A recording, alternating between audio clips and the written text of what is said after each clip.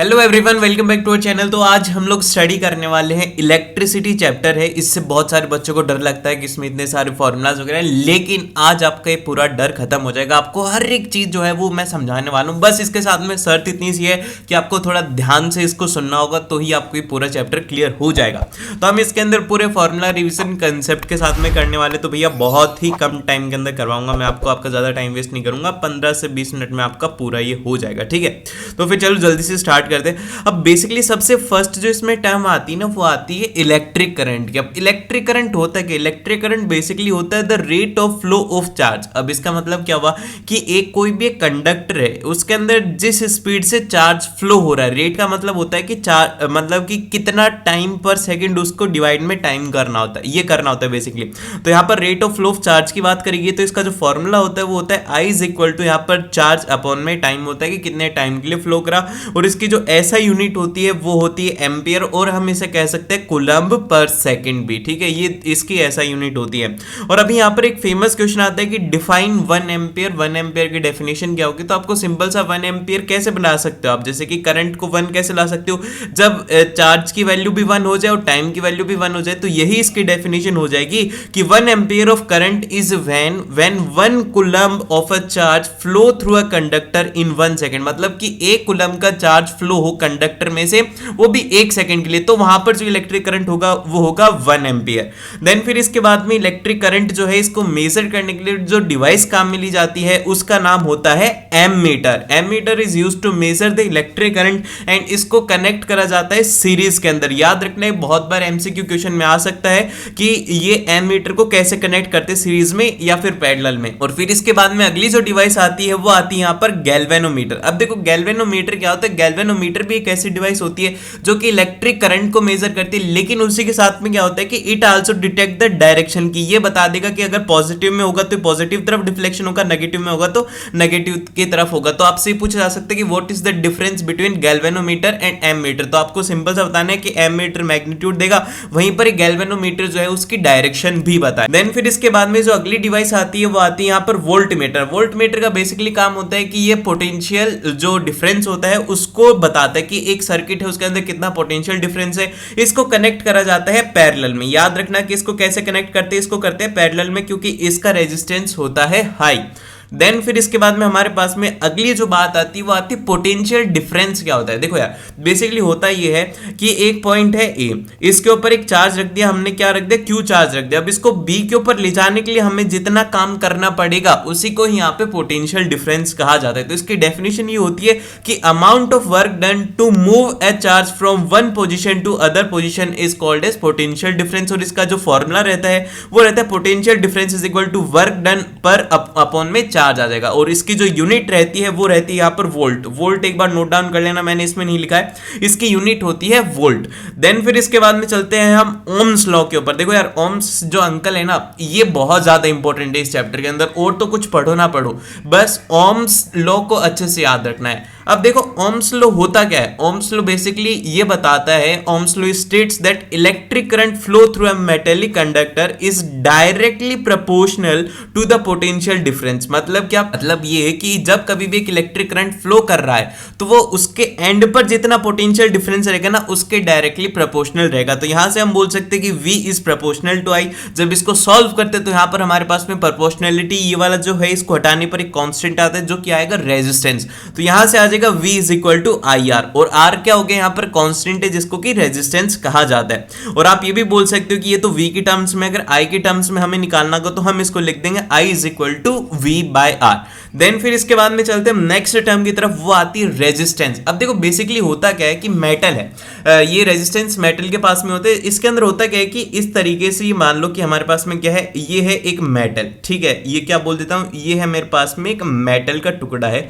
अब इसके अंदर होता क्या है कि इसके अंदर इलेक्ट्रॉन्स है, मेटल के पास में इलेक्ट्रॉन्स होते हैं, बहुत सारे ऐसे करके इलेक्ट्रॉन्स है। तो अब इसमें क्या होता है कि जैसे इलेक्ट्रिक करंट आएगा तो इसमें नया चार्ज आएगा। तो ये क्या होगा कि ये आप खुद सोच करके देखो कि एक रूम है जिसके अंदर कि हमारे पास में 50 बच्चे हैं। ठीक है, 50 बच्चे ऑलरेडी रखे हुए, और आप उसमें एंटर करोगे, आपको इस पॉइंट से, जैसे कि ये वाला गेट है, इस गेट से बाहर निकलना है, ये बी वाला है और एक ये ए वाला है। तो आप इसमें जब जाओगे तो आपको रेजिस्टेंस लगेगा ना, आप दूसरों को हटा के धक्का मार के जाओगे। तो वही यहां पर होता है कि जो प्रॉपर्टी होती है कि resist the flow of electron, उसी को यहाँ पे रेजिस्टेंस कहा जाता है। और इसकी जो ऐसा यूनिट होती है वो होती है ओम, यहाँ पर इसकी ऐसा यूनिट होती है। और जब आप यहाँ पर इसका जो ओम्स लॉ है उसको थोड़ा सा सिंप्लीफाई करोगे, जो कि हमने अभी अभी लिखा था, वो लिखा था V is equal to I R. और यहाँ पर अगर R की वैल्यू निकालनी है तो R को हम लिख सकते हैं V बाय आई। ठीक है, ये आप इसको याद रखना। तो अब यहाँ पर एक क्वेश्चन बनता है, वो ये बनता है कि 1 ओम क्या हो। सो अब 1 ओम जो होता है रेजिस्टेंस, वो कब हो सकता है? 1 ओम रेजिस्टेंस जब होगा कि जब आप उसके क्रॉस 1 वोल्ट का पोटेंशियल डिफरेंस लगा दो और उसमें से 1 एम्पियर का अगर करंट फ्लो करवा दोगे तो वहां पर जो रेजिस्टेंस होगा वो होगा 1 ओम रेजिस्टेंस, जिसके अंदर कुछ भी थ्योरेटिकल याद रखने की जरूरत नहीं है। तो बस डेफिनेशन मैंने आप लोगों को दे दी है, तो आप लोग इसको आसानी से याद कर सकते हो। और अभी कमेंट करके बताओ कि आप लोगों को जो नोट्स चाहिए या फिर नहीं चाहिए। जल्दी से बताओ कि भैया नोट्स दे दो, यस या फिर नो। मैं फिर बताऊंगा कि कहां पर मिलेंगे, कैसे मिलेंगे। यस या फिर नो में बताओ कि भैया नोट्स दे दो यार। ठीक है, मैं बताऊंगा अभी। अब देखो, अब ये रेजिस्टेंस होता है ना, ये सभी सब्सटेंस के लिए अलग अलग होता है। तो ऐसे कौन से फैक्टर होते हैं जिनके ऊपर की रेजिस्टेंस डिपेंड करता है? बेसिकली इसके लिए 4 फैक्टर होते हैं। ये क्वेश्चन एग्जाम के अंदर आएगा आपके पास में, 5 मार्क्स का क्वेश्चन आ सकता है आपसे डायग्राम वगैरह बुलवा करके, या फिर 3 नंबर का तो मिनिमम आने ही आने वाला है। तो बेसिकली सबसे पहला जो इसके अंदर आता है वो आता है कि length of conductor. Length of conductor के डायरेक्टली प्रोपोर्शनल होता है, जितनी ज्यादा आप लेंथ बढ़ाते जाओगे उसका रेजिस्टेंस भी उसके साथ में इंक्रीज होता जाएगा। सेकंड आता है यहाँ पर एरिया ऑफ क्रॉस सेक्शन, जो कि कितना एरिया है उसका, मतलब कि कितना कांटेक्ट में आ रहा है, उसमें से कितना करंट फ्लो कर पाता है, ये इसके इनवर्सली प्रोपोर्शनल होता है। इसका मतलब ये होगा कि आप जितना ज्यादा एरिया जो है उसको कम करते जाओ, बहुत ज्यादा कम करते जाओ, तो रेजिस्टेंस है ना वो उसी स्पीड से बढ़ता जाएगा। ऐसा क्यों होता है? क्योंकि एरिया आता है इसके डिनोमिनेटर में, अगर आप डिनोमिनेटर को इंक्रीज करोगे तो रेजिस्टेंस की वैल्यू तो डिक्रीज होगी ना, इसीलिए ऐसा होता है। अब इसके बाद में जो अगला पॉइंट आता है वो आता है टेम्परेचर। अब टेम्परेचर के ऊपर जो इसकी डिपेंडेंस है ना वो होती है डायरेक्टली प्रोपोर्शनल। अगर आप रेजिस्टेंस इंक्रीज करना चाहते हो तो आपको टेम्परेचर इंक्रीज करना होगा, अगर रेजिस्टेंस डिक्रीज करना है तो आपको टेम्परेचर डिक्रीज करना होगा। इसके साथ में डायरेक्ट इसका रिलेशन रहता है। फिर इसका जो फोर्थ फैक्टर आता है वो आता है नेचर ऑफ मटेरियल। अब जैसे कि कई मेटल होते हैं, जैसे कि एक तो होता है आयरन होता है, उसी के साथ में एक सिल्वर होता है, और इसके बाद में एल्यूमिनियम होता है, ऐसे करके बहुत सारे एलिमेंट्स होते हैं। तो इनके नेचर पे भी डिपेंड करता है। Resistance depend on the nature of material, जैसे कि सिल्वर हो गया, कॉपर हो गया, aluminium are the good conductors. और वहीं पर अगर बात करें जैसे कि प्लास्टिक, रबर या फिर लकड़ी होती है, ये इंसुलेटर होता है। अगर मान लो कि आपको कभी इलेक्ट्रिक शॉक लग रहा है, फिर आप किसी को देख रहे हो कि इलेक्ट्रिक शॉक लग रहा है, तो आपको क्या करना है कि कोई भी लकड़ी का डंडा लेकर के उसको जोर से मार करके छुटवा देना, अपना खुद का हाथ नहीं लगाना, अदरवाइज आपको भी उसमें करंट लग सकता है। अब यहाँ पे एक नई टर्म आ रही है, वो आ रही है इंसुलेटर। अब इंसुलेटर होता क्या है? देखो, basically material that do not, मतलब कि जो कि अपने अंदर से इलेक्ट्रिक करंट को फ्लो नहीं होने देता, उसको कहते हैं यहाँ पर इंसुलेटर। और जब ये तीनों के तीनों पॉइंट को हम मिलाते हैं तो हम बोल सकते हैं कि resistance is proportional to L by A। L है यहाँ पर उसकी लेंथ और A है यहाँ पर उसका क्रॉस सेक्शन। जब आप इसको सॉल्व करते हो तो आपके पास में यहाँ पर बनेगा, वो बनेगा R is equal to rho L by A। और यहाँ पर रो क्या है, आपने जब इसको सॉल्व कर दिया तो ये क्या है? प्रोपोर्शनैलिटी कांस्टेंट, जिसको कि रेजिस्टिविटी कहा जाता है। अब ये रेजिस्टिविटी क्या होती है? देखो, रेजिस्टिविटी की डेफिनेशन एग्जाम में बहुत बार आती है और इससे रिलेटेड एक क्वेश्चन आपको मिलेगा सैंपल पेपर में। तो भैया अब सैंपल पेपर की बात हो रही है तो सैंपल पेपर एक बार जाकर के जरूर से देख लेना, क्योंकि उसके अंदर मैंने पूरे सैंपल पेपर को एक्सप्लेन कराया, चाहे से वो एसएसटी का हो, इंग्लिश का हो, हिंदी का हो, मैथ्स का हो, सभी के मैंने सैंपल पेपर सॉल्व करवा दिए। एक बार जाकर के देख लेना अगर आपने नहीं देखे हैं तो यहाँ पर रेजिस्टेंस क्या होता है भैया? रेजिस्टिविटी जो होती है वो होती है कि resistance of a unit length and the unit cross section.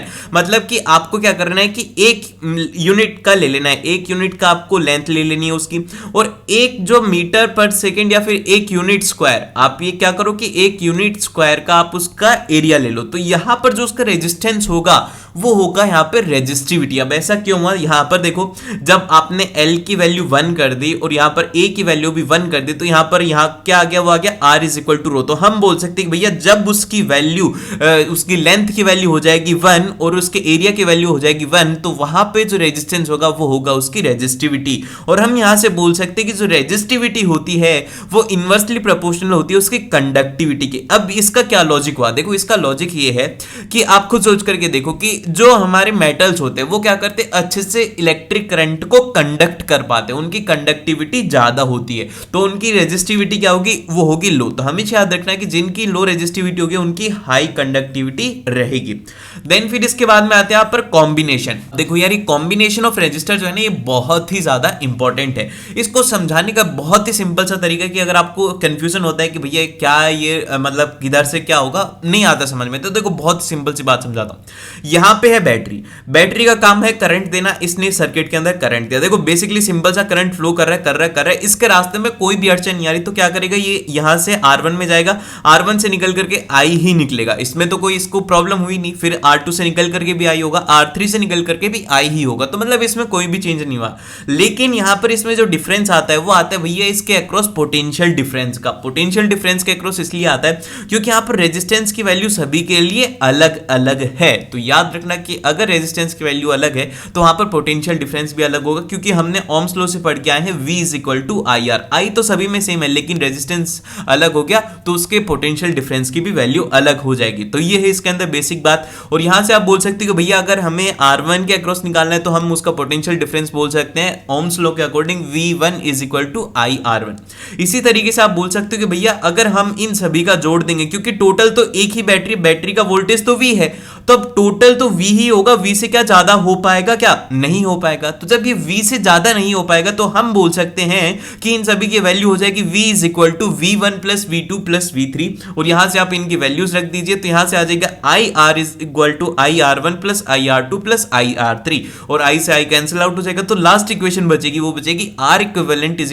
R1 + R2 + R3।